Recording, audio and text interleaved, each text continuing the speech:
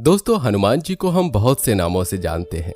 महावीर, बजरंगबली, कपीश, अंजनी पुत्र, पवन पुत्र जैसे अनेक नामों से हम उनकी पूजा अर्चना करते हैं। राम भक्त हनुमान के जितने नाम हैं उतनी ही उनकी शक्तियां भी हैं, क्योंकि हनुमान जी को कई देवी देवताओं ने उनसे प्रसन्न होकर वरदान स्वरूप उन्हें शक्तियां दी हैं। अकेले देवी सीता ने ही उन्हें अष्ट सिद्धियां दी हैं। हनुमान जी के पास ऐसी चमत्कारिक शक्तियां हैं कि वे मच्छर से छोटा और हिमालय से भी बड़ा रूप धारण कर सकते हैं। उनकी शक्तियों में रहस्य छुपे हैं और यही कारण है कि हनुमान जी को रहस्यमय भी माना गया है। ऐसे ही हनुमान जी से जुड़े कुछ गूढ़ रहस्य हैं जो आज भी इतिहास के गर्भ में छिपे हुए हैं। तो चलिए जानते हैं उन सभी के बारे में। ग्रंथों में उल्लेख मिलता है कि त्रेता युग में जब भगवान श्री राम का जन्म हुआ तो एक दिन भोलेनाथ ने माता पार्वती से पृथ्वी लोक पर अपने प्रभु श्री राम के पास जाने की इच्छा जाहिर की। इसके बाद माता ने उनसे कहा कि यदि शिव पृथ्वी पर चले गए तो मां भी उनके बिना नहीं रह पाएगी। शिव पुराण के अनुसार महावीर हनुमान शिव जी के ही अवतार थे। शिव के ही वीर्य को वानर राज केसरी की पत्नी अंजनी के कान के द्वारा उनके गर्भ तक पहुंचाया गया। अंजनी ने अत्यंत पराक्रमी और तेजस्वी बालक हनुमान को जन्म दिया। भोलेनाथ की कथाओं में ये भी उल्लेख मिलता है कि त्रिकालदर्शी होने के चलते वो ये जानते थे कि भगवान राम के जीवन में आगे किस तरह की परेशानियां आने वाली हैं और पृथ्वी का कल्याण करने के लिए प्रभु को उनकी आवश्यकता पड़ेगी। इसके अलावा शिव ये जानते थे कि कलयुग में जब पृथ्वी पर न राम होंगे न शिव, तब पृथ्वी के लोगों को ऐसे किसी प्रभु सेवक की आवश्यकता होगी जो श्री राम की कृपा से उनका कल्याण कर सके। यही वजह है कि शिव के हनुमान अवतार को सर्वश्रेष्ठ अवतार की संज्ञा दी गई है। वाल्मीकि रामायण के अनुसार बाल्यकाल में हनुमान बेहद शरारती थे। एक बार वो सूर्य को फल समझकर उसे खाने दौड़ पड़े। इससे घबराकर देवराज इंद्र ने हनुमान पर वार कर दिया। इंद्र के वार से हनुमान बेहोश हो गए। वायुदेव हनुमान को बेसुध देखकर क्रोध में आ गए। उन्होंने संसार की वायु रोक दी। तब ब्रह्मा जी ने हनुमान को स्पर्श किया और हनुमान जीवित हो गए। उस समय सभी देवताओं ने हनुमान जी को वरदान दिए, जिससे हनुमान जी बहुत बलशाली हो गए।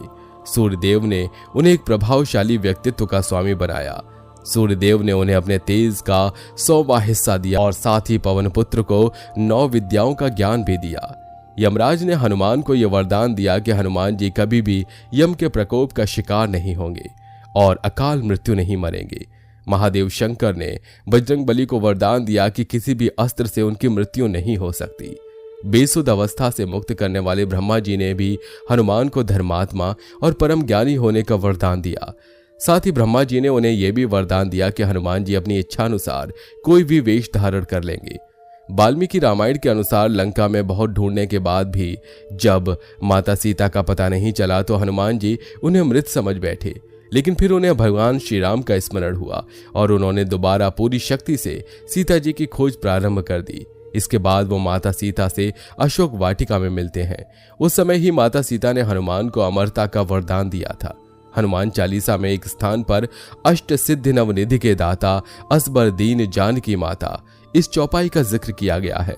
इस चौपाई में बताया गया है कि हनुमान जी ही एक ऐसे देवता हैं जिन्हें 8 सिद्धियां और 9 निधियां प्राप्त करने का वरदान प्राप्त था। उल्लेख मिलता है कि जब श्री राम ने अपनी मृत्यु की घोषणा की तो ये सुनकर राम भक्त हनुमान जी बहुत आहत हुए। वो माता सीता के पास जाते हैं और कहते हैं, हे माता, मुझे आपने अजर अमर होने का वरदान तो दिया, किंतु एक बात बताइए कि जब मेरे प्रभु राम ही धरती पर नहीं होंगे तो मैं यहाँ क्या करूंगा? मुझे अपना दिया हुआ अमरता का वरदान वापस ले लीजिए। जब हनुमान माता सीता के सामने जिद पर अड़ जाते हैं तब माता सीता श्री राम का ध्यान करती हैं। वो प्रकट होते हैं। इसके बाद श्री राम हनुमान को गले लगाते हुए कहते हैं, हनुमान, मुझे पता था कि तुम सीता के पास आकर यही बोलोगे। देखो हनुमान, धरती पर आने वाला हर प्राणी, चाहे वो संत है या देवता, कोई भी अमर नहीं है। तुमको तो वरदान है हनुमान, क्योंकि जब इस धरती पर और कोई नहीं होगा तो राम नाम लेने वालों का बेड़ा तुम ही को तो पार करना है। एक समय ऐसा आएगा जब धरती पर कोई देव अवतार नहीं होगा, पापी लोगों की संख्या अधिक होगी, तब राम के भक्तों का उद्धार मेरा हनुमान ही तो करेगा। इसलिए तुमको अमरता का वरदान दिलवाया गया है। तब हनुमान जी अपने अमरता के वरदान को समझते हैं और राम की आज्ञा समझकर आज भी धरती पर विराजमान है। दोस्तों, एक वक्त ऐसा भी आया था जब भगवान राम को अपने भक्त हनुमान से युद्ध भी करना पड़ा था। गुरु विश्वामित्र के निर्देशानुसार भगवान राम को राजा ययाति को मारना था। राजा ययाति ने हनुमान से शरण मांगी। हनुमान ने राजा ययाति को वचन दे दिया। हनुमान ने किसी तरह के अस्त्र शस्त्र से लड़ने के बजाय भगवान राम का नाम जपना शुरू कर दिया। राम ने जितने भी बाण चलाए सब बेअसर रहे। विश्वामित्र हनुमान की श्रद्धा भक्ति देखकर हैरान रह गए और भगवान राम को इस धर्म संकट से मुक्ति दिलाई। माना जाता है कि महापंडित और शिव भक्त रावण युद्ध में अपनी विजय सुनिश्चित करने के लिए त्रिदेवों की जननी माता चंडी दुर्गा का पाठ ब्राह्मणों से करवा रहा था। ब्राह्मणों के पाठ की तैयारी और उनकी सेवा के लिए कई लोग नियुक्त थे। उन्हीं लोगों के बीच हनुमान जी भी ब्राह्मण बालक का रूप धरकर ब्राह्मणों की सेवा में जुट गए। बालक हनुमान जी की निस्वार्थ सेवा देखकर चंडी पाठ करने वाले उन ब्राह्मणों ने प्रसन्न होकर हनुमान जी से वरदान मांगने को कहा। इस पर हनुमान ने विनम्रतापूर्वक कहा, प्रभु, यदि आप मेरी सेवा से प्रसन्न हैं तो आप जिस मंत्रों से यज्ञ कर रहे हैं उसका केवल एक अक्षर मेरे कहे अनुसार बदल दीजिए। माना जाता है कि हनुमान जी स्वयं शास्त्रों के ज्ञाता हैं। उनके जैसा ज्ञानी अन्य कोई नहीं है, इसलिए हनुमान जी चंडी पाठ के लिए उच्चारित किए जा रहे एक एक मंत्र का गूढ़ अर्थ जानते थे, जबकि मंत्रों का इतना गहन ज्ञान उन ब्राह्मणों को नहीं था। सो वे ब्राह्मण हनुमान जी के इस रहस्य को समझ न सके और जल्दबाजी में तथास्तु कह दिया। दरअसल हनुमान जी ने चंडी पाठ के जया देवी भूतिहरणी वाले मंत्र में हा के स्थान पर का उच्चारित करने का निवेदन किया, जिसे उन ब्राह्मणों ने मान लिया था। भूतिहरणी का अर्थ होता है प्राणियों की पीड़ा हरने वाली और भूतिकर्णी का अर्थ हो गया प्राणियों को पीड़ित करने वाली। उच्चारण के इस परिवर्तन मात्र से माता चंडी का पाठ विकृत हो गया, जिससे देवी रुष्ट हो गई और रावण को अमरता प्रदान करने के बदले उसका सर्वनाश कर दिया। दोस्तों, रामायण में हनुमान जी की भूख के बारे में एक जिज्ञासु कहानी हमें दिखाई गई है। एक बार सीता के वनवास के दौरान हनुमान पुजारी वाल्मीकि की कुटिया में उनसे मिलने गई। उन्हें देखकर सीता खुशी से झूम उठी और उन्होंने हनुमान के लिए कई व्यंजन बनाए और उन्हें खाना इतना पसंद आया कि उन्होंने किचन का सारा खाना खत्म कर दिया। लेकिन अभी भी उनकी भूख नहीं खत्म हुई। अंत में माता सीता ने भगवान राम से प्रार्थना की। तब राम जी ने उन्हें समझाते हुए भोजन में एक तुलसी का पत्ता जोड़ने की सलाह दी।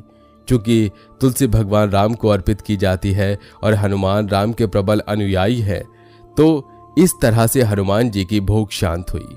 दोस्तों, रामायण हो या फिर महाभारत, दोनों में कई जगह पर हनुमान अवतार का जिक्र किया गया है। कहा जाता है कि रामायण तो हनुमान के बिना अधूरी ही है, लेकिन महाभारत में भी अर्जुन के रथ से लेकर भीम की परीक्षा तक कई जगह हनुमान जी के दर्शन हुए हैं। एक बार द्रौपदी के कहने पर भी मैं गंधमादन पर्वत के उस कमल सरोवर के पास पहुंच गया था जहां हनुमान जी रहते थे। हनुमान जी रास्ते में लेटे थे तो भीम ने उन्हें वहां से हटने को कहा। तब हनुमान जी ने कहा कि तुम तो बलशाली हो, तो तुम खुद ही मेरी पूंछ हटाकर अपना मार्ग बना लो। परंतु भीम उनकी पूंछ हिला भी नहीं पाए। बाद में भीम को जब यह पता चला कि वे तो पवन पुत्र हनुमान हैं, तो उन्होंने उनसे क्षमा मांगी। इसी तरह एक बार अर्जुन को नदी पार करनी थी, तो उसने अपनी धनुर्विद्या से बाणों का एक सेतु बनाया और रथ सहित नदी पार की। उसी नदी पर उसकी हनुमान जी से भेंट हुई। उसने हनुमान जी से कहा कि भगवान राम यदि इतने ही बड़े धनुर्धारी थे तो मेरे जैसे बाणों का पुल बना सकते थे। तब हनुमान जी ने कहा कि उस काल में मुझसे भी शक्तिशाली वानर होते थे। ये बाणों का सेतु उनके भार से ढह जाता और तुम्हारा बाणों का सेतु तो मेरा ही भार सहन नहीं कर सकता। अर्जुन कहते हैं कि यदि तुम्हारे चलने से मेरे बाणों का सेतु टूट गया तो मैं खुद को सर्वश्रेष्ठ धनुर्धर मानना छोड़ दूंगा।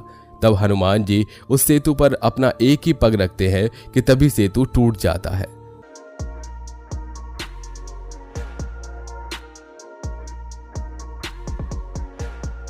तो दोस्तों, ये थे हनुमान जी के कुछ बड़े रहस्य।